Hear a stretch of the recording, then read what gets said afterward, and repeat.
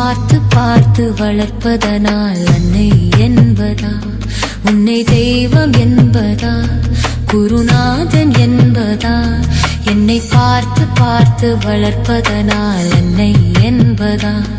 உன்னை கடவுள் என்பதா, கருணை வடிவம் என்பதா,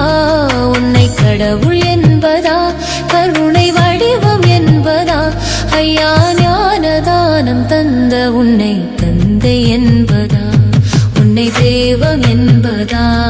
குருநாதன் என்பதா,